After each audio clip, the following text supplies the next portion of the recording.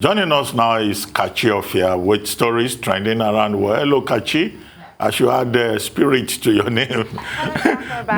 How did you get to Abuja? You were here yesterday in the studio, now you're in Abuja. Did you use a transponder? Magic.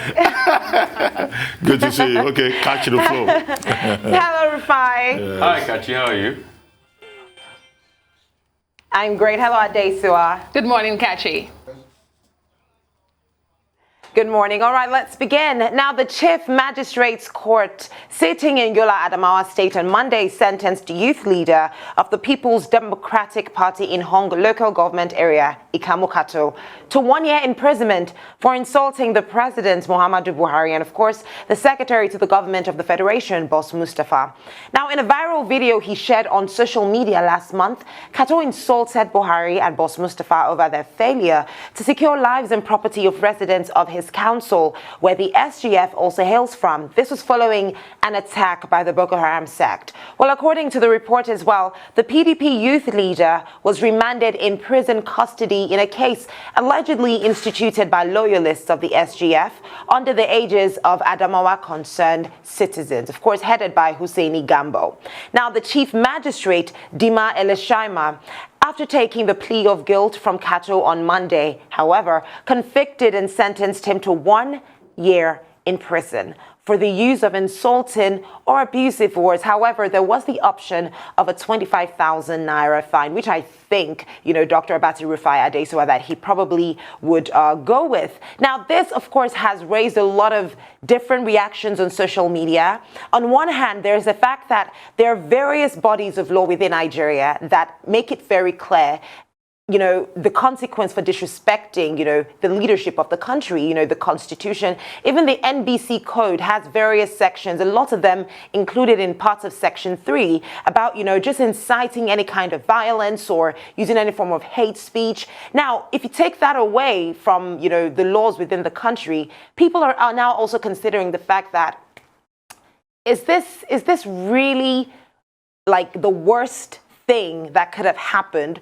Is this the worst situation that would have been deserving of a year imprisonment when you look at the scope of issues plaguing, a lot of different people today, plaguing people in power, situations that have happened that did not go this far? How quick it was to sentence this young man to a year imprisonment for, of course, doing what he shouldn't have been doing. So yeah, there are people supporting, there are people opposing this, conviction that the man got. We do not have before us the full text of the Chief Magistrate's ruling, but I think that this is one particular case in which the convicted person, Amidu Kato, should test the law further and go to court. You have mentioned that, there are different laws that could have been, the main issue here. Yes, it's possible defamation, libel may be the issue. Because this particular gentleman is accused of having referred to the President of Nigeria and the Secretary to the Government of the Federation as useless human beings, and that he specifically referred to the SGF as a bastard and a dog. Now, at that level, persons who are in positions of authority, they also have a reputation to protect. And if you defame them, if you libel them, if you impugn their integrity in the eyes of right-thinking members of the community, they have a right to protect their own reputation because it's personal, if it's defamation or libel. But in this particular case, we're told that the case was taken to court by the Department of State Services. Now, so the Department of State Services took it up as a state matter. Now, what may have been at issue, and I keep making the point that we have not seen the text, the full text of what the issues were, may well be particularly sedition or seditious libel.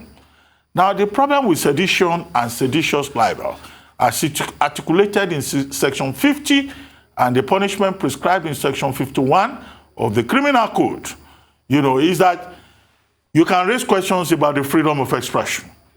What Section 50 and Section 51 of the Criminal Code says is that, look, you cannot criticize the president or a governor or engage in any act that can constitute a problem for the Nigerian government. Section 51 talks about, if you try to incite people and cause public disturbance And one of the issues raised in that particular report was about this particular gentleman trying to cause incite people to public disturbance because he criticized the president and the secretary to the government of the federation. The appropriate punishment is prescribed in section 52 of the criminal code. However, the problem with sedition is that it's an obsolete law. It's an arcane law. Even in the United Kingdom, from which we inherited the common law, which is one of the major sources of our jurisprudence. As far back as 1998, under the human rights law in the United Kingdom. Look, the whole point about sedition was done away with under the Human Rights Act 1998 of Britain. Now, again in 2009, under the Coroners and Justice Act, the law about sedition was also dismissed as obsolete in the interest of the fundamental right of the individual to the freedom of expression and thought. But here in Nigeria, we that just borrowed a common law that inherited it as part of our colonial heritage, we're still talking about sedition. I think, there should be an advocacy, and there are many, informed Nigerians who have asked that those sections of the criminal code dealing with sedition or seditious libel or seditious intention, as one of the sections puts it, should be done away with, should be removed from our laws so that the scope for the freedom of thought, for the freedom of expression can be expanded. However, this is no protection for anybody who willingly impugns the integrity of another. But whoever is in government whose integrity is impugned can, in a personal right, sue. But where it is related to governance, as Section 50 of the Criminal Code is trying to suggest, then, of course, it's not the responsibility of the state. It's a personal, civil matter, but for the state to take it on and take a man to court on indications of inciting public disturbance for expressing an opinion, I think that is a problem. The bandits that are inciting public disturbance everywhere, we have not taken them up. It's people that react because they've been hurt in the first place and the state has failed them. We are quick to take on. The man that shot down a national plane in this country, national fighter jet, we don't take them up on. It's the people that voice out because of their anger as a result of... Can't you see that story? You said the man voiced out because his local government had been attacked, isn't it? Boko Haram, yeah. Yeah, his local government had been attacked. So the states in Section 47 of Section 2B reneged on his responsibility of protecting the lives and property of people, and the man questioned and he got offended and called out state actors because non-state actors have become supreme in Nigeria, and the next thing, we put up a law and we send him to jail. One, probably because he's a member of an opposition party. Two, because he called out. You see, this reminds me of that draconian colonial days, where this same sedition, I was so happy, Dr. Badi, you're talking about sedition, where the sedition ordinance of 1942-43 were used to jail Nigerian patriots and nationalists that had newspaper that wrote about the quest for independence. The likes of Azikiwe, Awolowo, and Co. were jailed with that colonial sedition ordinance of the British government. So now, we are throwing the baby away with the bathwater. We are not talking about the fact that Boko Haram that is disturbing public peace, hurting people, then you are sending a man to jail because he had said some things in response to an attack on people. And I'm sure people lost their lives. So it just shows you where the slant is. And this is what a government agency is carrying on his head as a mantra. We must jail the man. Why don't you protect communities at first? We've all been able to identify the bandit that shot down Nigeria plane. Nothing has been done. I've not even seen any word. Anybody prescribed him as a terrorist. I'm not sure the police have brought out an official wanted dossier on that man. By now, they should be... Ali Kachalabi, what is his name? They should be printing posters, wanted, with a bounty on it. Nobody has done that. But you come out to talk, then you are shut down, you are sent to jail for a year. I keep saying, we can't build a country this way. A country has to be free and fair for all. It has to be a society people can live in peace and harmony.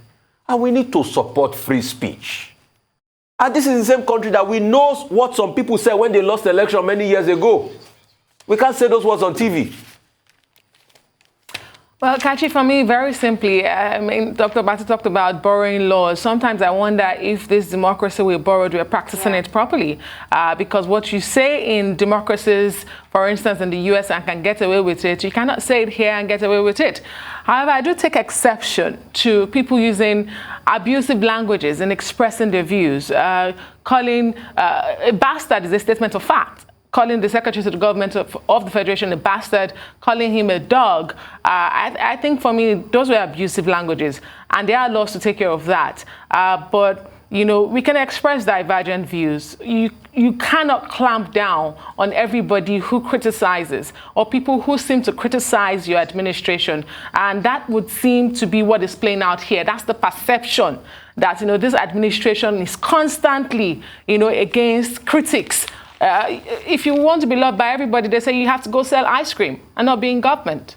No, I just want no simple clarification here. I You mean, know, the president. Interesting, Sorry, you know, that Rufai mentioned what he did earlier.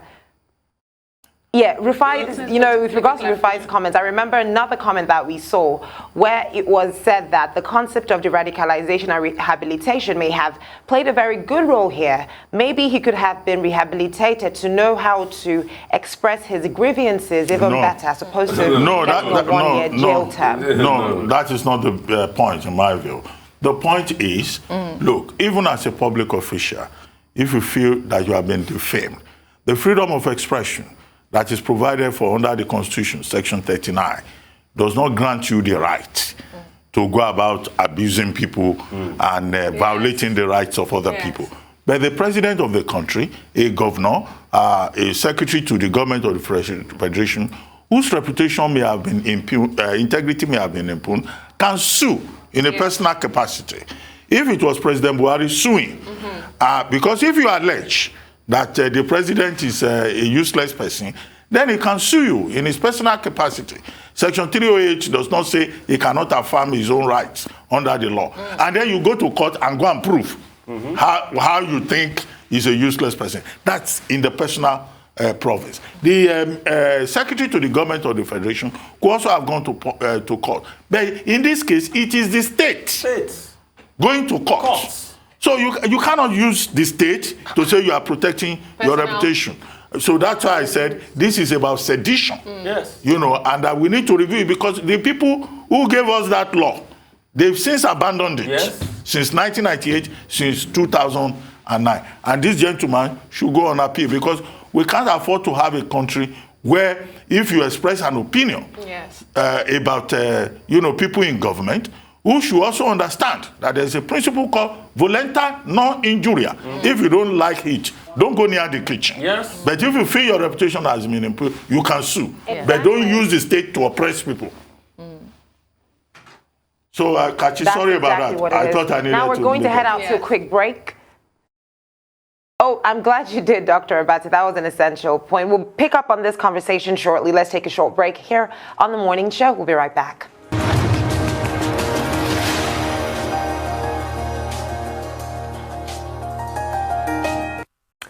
You're welcome back to The Morning Show here on Arise News. We're still speaking on the trending topics today. Now, a medical student of University of Calabar, Enya Egbe, has expressed shock after discovering his friend's body in his anatomy class. Now, in a BBC interview, the 26-year-old recalled how his group was about to dissect the body, and that was Divine, his friend of more than 7 years. Well, following the discovery, he sent a message to Divine's family, who it turned out had been going to different police stations in search of their relative after he and 3 friends were arrested by security agents on their way back from a night out. Well, he also revealed that there were 2 bullet holes on the right side of his chest. Now, again, this is one story that has brought up a lot of issues. One issue being where a lot of these bodies are from. Another, I mean, a lot of the bodies used in a lot of the universities for anatomy classes are from. A lot of times, you know, it's understood that these are the bodies of perhaps armed robbers or, you know, people who were killed on, basically just malicious events, nights out. And then you also bring up the issue of the accountability of the police, that frustration that a lot of Nigerians will complain of.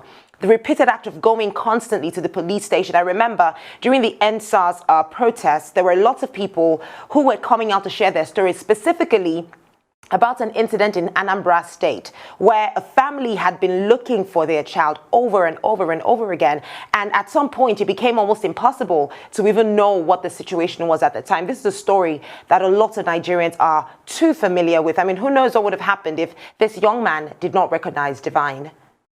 Imagine his grief and the horror, not just for him, in fact, but also for the family, which we understand they have been looking for this. Unfortunately, this young man who had died and they had no idea where he was. So many issues, Kachi, indeed. But two issues for me. First is that, yes, bodies for anatomy education has always been surrounded by ethically controversial issues. It was only in 2012 here that the International Federation for Anatomists Association recommended that voluntary donated bodies should be used for anatomy education and research. Unfortunately, that recommendation has not been followed through by many countries around the world. And they rely on unclaimed bodies.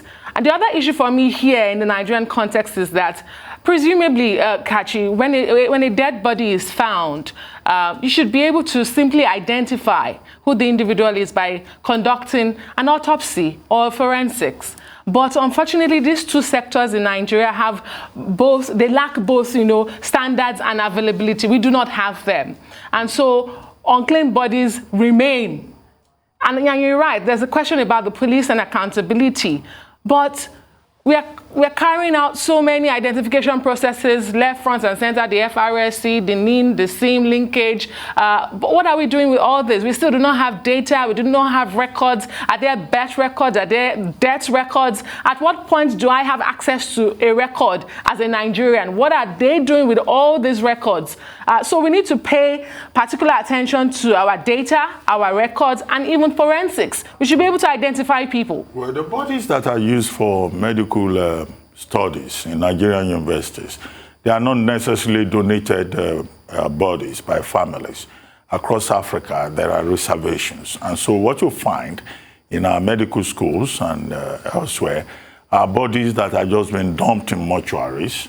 Many of them, according to a journal article as reported by Adaobi Tricia Nwaubani, the novelist and contributor to BBC, is that, look, many of these people are usually persons who are victims of police brutality, or who are persons who are victims of accidents and all of that.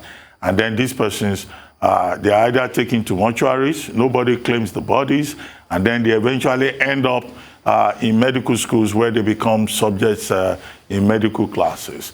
The story about the Malabite, the University of Calabar student, was about 7 years ago.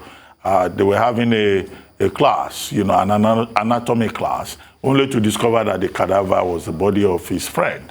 And then he rushed out of the class. In this particular case, the family eventually succeeded in claiming the body and giving the poor fellow, who had 2 shots, as you pointed out, on his body, 2 gunshot wounds.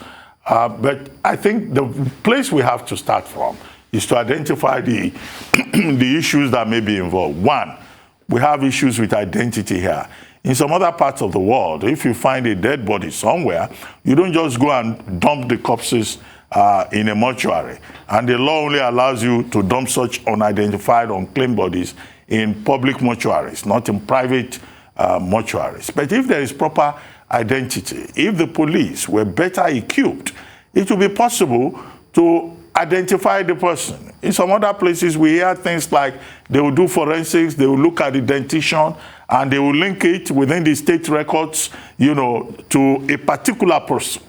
But all of us in this country were just existing. I don't think anybody has anybody's DNA anywhere. I don't think there is, a pool of fingerprints on the basis of which if you drop dead anywhere, your identity can be immediately traced. That's a challenge. So if we, have to change the law in this regard with how we collect cadavers, it will mean, yes, we also have to put structures in place to make sure that Nigerians are not just moving around like persons without identity, both biological and physical.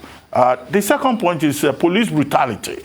In the study that I said, the novelist referred to, it was said most of these people who end up in medical schools or in mortuaries and they are unclaimed and they become victims of a mass burial.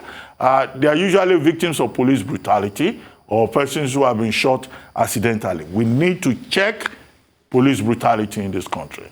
The story I was referring to has a phrase, ambulance duty, whereby if you die in the custody of the police or the police shoot you, they just collect your corpse and they just go and dump you somewhere. No, we shouldn't have a country where ambulance duty is a routine function, a routine function of the police. It shows that the state, is not protecting the individual. And I would like to recommend, that piece by Adaobi Tricia Nwabuane, which talks about Nigerian student shocked to see his friend's body in anatomy class. I mean, the truth has to be said. Anyone would be, incredibly heartbroken by this, to be very honest, but we don't have a lot of time. Let's just quickly take this story about Usman Kyari. That's the younger brother of the embattled Deputy Commissioner of Police, Abakiri. Now, apparently, he has deleted pictures of himself posing with several luxury vehicles and apartments on his Instagram handle. And you wonder why. Now, Usman's social media post began attracting attention on Friday following his elder brother's indictment by the FBI for alleged involvement in a $1.1 million internet fraud perpetrated by the self-confessed celebrity fraudster Hush Puppy. Now, Usman's page had pictures of himself clad in well-tailored outfits, posing in front of expensive cars. But before taking down these pictures, he went on his Insta story to defend his brother over the bribery allegation against him. Rufai, I would like you to begin, reacting to this particular story. Why is he taking them down? Anyway, he's not smart because the internet doesn't forget. If he wanted to take them down, he shouldn't have put them up on the internet in the first place because all those pictures are in public glare, they have seen them. But for me, it's just shocking. I mean, what kind of salary does a police officer earn in this country to be able to afford those luxury cars? That's the question I keep asking. And that's why we should look at this critically. All of a sudden, I'm not sure the police IG, the official salary of the IG is close to 1 million naira monthly. Correct me if I'm wrong. So can 1 million naira monthly salary buy those cars? And this man is not the IG in question. It speaks volumes. And like we said, the police has set us an investigative panel on this. Let them investigate. Let's get to the end of the matter. But this is something all of us should look at critically in this country. And let's be careful. When we say let's be careful, people think we're joking. But it's out there to roost. Why should he delete it? The world has those pictures already. He should own it with his full chest. Yeah, he should own up. I mean, he's posing in front of BMW and Mercedes. He should own up. Why will you delete it? Anyway, thank you very much, Kachiofia. Great pleasure having you in the studio in Lagos yesterday, yes. But come to Lagos again and stay with us here. Thanks.